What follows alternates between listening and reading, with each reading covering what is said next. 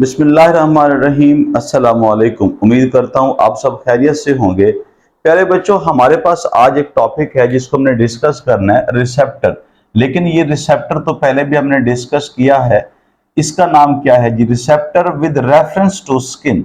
इसका मतलब ये होगा, स्किन के रेफरेंस के साथ सिर्फ और सिर्फ स्किन के पास पाए जाने वाले जितने भी रिसेप्टर्स हैं, हम आज उनको डिस्कस करते हैं।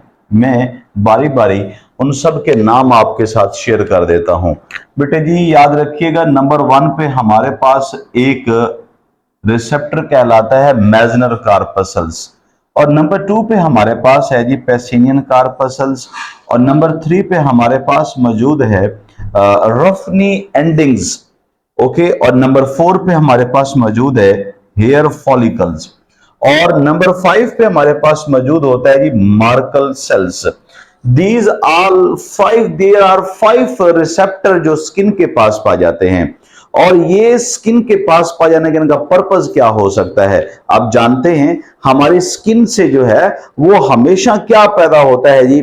कभी टच के जरिए से स्टिमुलस पैदा होता है, कभी पेन के जरिए से स्टिमुलस पैदा होता है, कभी हॉट के जरिए से, कभी कोल्ड के जरिए से, और कभी हम ये कह सकते हैं कि साउंड भी इसमें शामिल हो जाता है, यानी एक प्रेशर भी इसमें शामिल हो जाता है। सो ऑल इन तमाम चीजों को देखते हुए क्या पता चलता है कि प्रेशर, वाइब्रेशंस और touch, even that heat, cold, इन तमाम को रिसेप्ट करने के जो रिसेप्टर्स हैं वो हमारी स्किन के पास मौजूद हैं। आइए बच्चों, में एक स्किन का एक पोर्शन ड्रॉ किया है। अगर मैं आप लोगों को ये बताऊं कि ये वाले पोर्शन में ये क्या ड्रॉ किए हुए हैं, इनको हम हेयर्स का नाम देते हैं। और हेयर के ये वाला हिस्सा जो है ये बेस कहलाता है हेयर्स का। ये हेयर का बेटे क्या कहलाएगा जी? बेस कहलाएगा। और ये स्किन की अपर लेयर है, और इस अपर लेयर से नीचे अगर हम ये पूरी स्किन के एक लेयर को हमने डिस्कस किया है, तो सबसे पहले नंबर पर प्यारे बच्चों ये पहला रिसेप्टर जो है वो डिस्कस करते हैं। अब इस रिसेप्टर का आमतौर पर लोकेशन कहां पर है? बेटा जी मैं यहां लिख देता हूं, प्लीज आप लोग भी अपने पास लिख लिया करें कि इसकी लोकेशन जो है वो अपर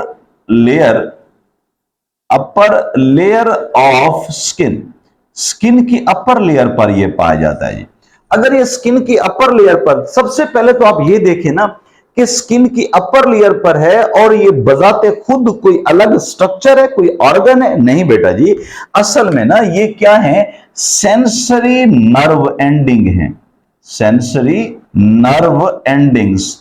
ये न्यूरॉन की, सेंसरी न्यूरॉन की एक लास्ट पे एंडिंग मौजूद है, और यही एंडिंग डायरेक्ट डिटेक्शन का काम करती हैं।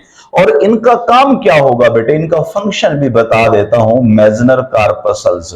तो इनका बारी बारी सभी के फंक्शन के बारे में बात करेंगे। बेटे देखिए इनका फंक्शन था लाइट टच को भी, अच्छा हार्ड टच तो होगा डिटेक्ट, लेकिन लाइट टच भी बेटे ये डिटेक्ट करते हैं। और इसके अलावा इनका फंक्शन होता है वाइब्रेशन। तो आप लोग जरा गौर करें, लाइट टच कहां डिटेक्ट होगा और वाइब्रेशंस कहां डिटेक्ट होगी? बेटे आप लोगों को इनकी मजीद बातें बताऊं तो these all are present in the lips. So यहां एक हेडिंग भी दे देता हूं, लोकेशन, ये कहां लोकेटेड होते हैं? तो बेटे लोकेशन में हमें पता चला मेजनर कार्पसल्स लिप्स के पास होते हैं जी। और कहां पर होंगे प्यारे बच्चों?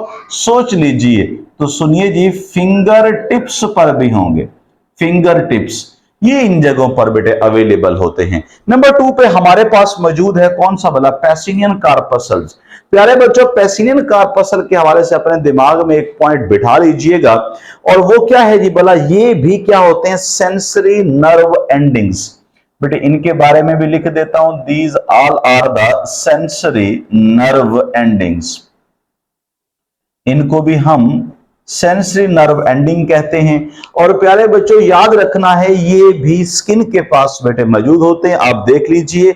और इनका काम क्या हो सकता है? That's very important. बेटे ये हमेशा डिटेक्ट करते हैं क्या बोला? प्रेशर को। किसको बोला? प्रेशर को। अब जानते हैं प्रेशर भी असल में एक स्टिमुलस है, और ये प्रेशर जो स्टिमुलस का है, इस स्टिमुलस को हम बोलते हैं मैकेनो स्टिमुलस। ये असल में कहलाते हैं मैकेनो स्टिमुलस। और इन मैकेनोस्टिमुलस को डिटेक्ट करना जो है वो रिसेप्टर भी क्या कहलाएगा, मैकेनो रिसेप्टर। नेक्स्ट प्यारे बच्चों हमारे पास है जी रफनी एंडिंग्स या प्रेशर एंड स्ट्रेचिंग। अब देखो ये बड़ा इंपॉर्टेंट है, अब जरा अंदाजा लगाएं, बिल्कुल इसके नजदीक नजदीक हो सकता है रफनी के बारे में भी ये बातें। तो चलिए जी हम इनको भी क्या कहते हैं, ये भी हमारे पास सेंसरी नर्व एंडिंग्स हो सकती हैं। नर्व एंडिंग, ये भी सेंसरी नर्व एंडिंग्स हैं। और ये सेंसरी नर्व एंडिंग जो है ये क्या काम करती हैं बेटे, लिखा हुआ तो है देखिए स्ट्रेचिंग। अच्छा मैं इसके हवाले से आपके जरा तफसीलन बात ये करना चाहता हूं कि ये स्ट्रेच होता है ना, स्ट्रेच ये प्रेशर की वजह से जनरेट होता है। और ये स्ट्रेचिंग रिसेप्टर ना सिर्फ हमारी स्किन में होते हैं बल्कि हमारे इनसाइड द बॉडी भी मौजूद होते हैं। और आमतौर पर ये जो बैरो रिसेप्टर होते हैं, कौन से भला, अगर मैं इंटरनल स्ट्रेचिंग की बात करूं, इंटरनल स्ट्रेचिंग, तो बेटे मैं आपको इतना बता देता हूं, इंटरनल स्ट्रेचिंग में आपके पास एक और रिसेप्टर भी आता है, उसे बोलते हैं बैरो रिसेप्टर। बैरो रिसेप्टर। अच्छा आप लोग अभी सोच रहे होंगे सर ये नाम नहीं सुना हमने, बेटा सुनो ना, फिर मैं बता रहा हूं ना, अभी सुन लिया आपने तो अब सुनो भी, इसका काम होता है ब्लड प्रेशर को डिटेक्ट करना, ब्लड प्रेशर को। अब ब्लड प्रेशर को डिटेक्ट करने वाला जो भी रिसेप्टर होगा वो प्रेशर की वजह से डिटेक्शन हो रही है, तो इसका मतलब है इंटरनल स्ट्रेचिंग भी होती है, एक्सटर्नल स्ट्रेचिंग भी होती है। एक्सटर्नल स्ट्रेचिंग को आप रफनी एंडिंग्स का नाम भी देते हैं। नेक्स्ट हमारे पास बेटे एक और है जी हेयर फॉलिकल रिसेप्टर्स।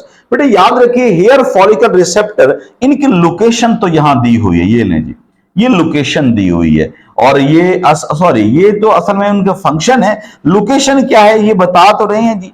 ये असल में हेयर फॉलिकल क्या है भला, base of hair follicle, base of hair follicle, मतलब इस हेयर की बेस पर यहां ये जो स्ट्रक्चर हैं इनको क्या कहते हैं, रिसेप्टर को क्या कहते हैं जी, हम लोग कहेंगे हेयर फॉलिकल, जिनका काम क्या होगा, टच और मूवमेंट्स को। मैंने अक्सर तजुर्बा करके देखा है कि ये वाले बालों को अगर मैं हिला देता हूं, ये देखें हवा देने से प्रेशर दिया, ये बाल हिले, इन बालों के हिलने से, हेयर्स के हिलने से, मूवमेंट से क्या होगा, इनसाइड द स्किन जो रिसेप्टर है वहां पर मैसेज जाएगा, वो डिटेक्ट करेगा और बॉडी के अंदर चेंजेस भी आ सकती हैं। या फिर हो सकता है कोई आपके बाल खींच रहा हो, आप चमाट भी लगा सकते हो उसे। नेक्स्ट जी हमारे पास है जी मार्कल सेल, टच के लिए होते हैं। सबसे इंपॉर्टेंट पॉइंट तो ये है कि मार्कल सेल को आप कहां देखते हो, देखो ये हेयर के साथ भी कनेक्टेड है, इसलिए मैं इसके लिए भी लिख देता हूं क्या भला, ये भी अपर लेयर पर होते हैं, अपर लेयर पर होते हैं स्किन के, बट डीप होते हैं बेटा, डीपेस्ट भी होते हैं, ठीक है ना जी, ये गहरे भी होते हैं मार्कल सेल्स। ओके अच्छा जी मैं अगर आगे लेके चलूं आप लोगों को इनके अलावा, तो इनका जो फंक्शन है वो क्या हो सकता है वो यहां लिखा हुआ है, लेकिन एक बात ऐड करता हूं क्या भला इसकी, कि ये लाइट टच को डिटेक्ट करने के लिए काम करते हैं। लाइट टच, लाइट टच, देखिए लाइट टच के लिए कौन कौन से रिसेप्टर वर्क करते हैं आपको मैंने बता दिया है।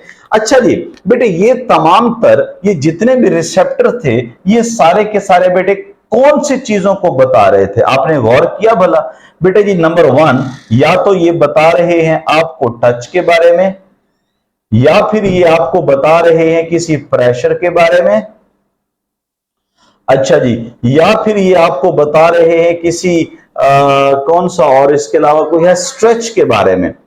इसका मतलब ये हुआ ये जो स्ट्रेच है, ये जो प्रेशर है, ये टच है, इनकी ज्यादातर बेटा की मौजूदगी कहां पर हो सकती है भला, रिसेप्टर की स्किन के पास बेटे मौजूद हो सकता है। जितने भी स्टिमुलस की बात की है इन तमाम स्टिमुलस को डिटेक्ट करने के लिए हमारी स्किन के पास मौजूद होते हैं। और इसी तरह के ही रिसेप्टर्स जो हैं वो चंद एक और स्टिमुलस के लिए भी होते हैं। नंबर 1 पे उसका नाम लिख देता हूं, जैसा कि हमारे पास होते हैं पेन के रिसेप्टर्स। अच्छा जी पेन के रिसेप्टर्स, अब आप लोगों को पता है पेन के रिसेप्टर कौन कौन से होते हैं, अब आप हैरान होंगे पेन के रिसेप्टर इनमें से कौन कौन से हैं, ये आप लोगों ने मुझे बताना है। वैसे मैंने बातों बातों में ड्यूरिंग लेक्चर बताया भी है। ये तो ये पेन को डिटेक्ट भी करने वाले रिसेप्टर यहां पर मौजूद होते हैं। अच्छा, वो कहां पर है बताएं जल्दी से प्लीज। पेन के रिसेप्टर्स ये देखें जी, ये स्किन की अपर लेयर पर आपको ये पेन के रिसेप्टर्स यहां पर बताए हुए हैं। तो इसका मतलब है ये सबसे टॉप लेयर पर मौजूद होंगे जी। क्या बोला? Top layer of skin.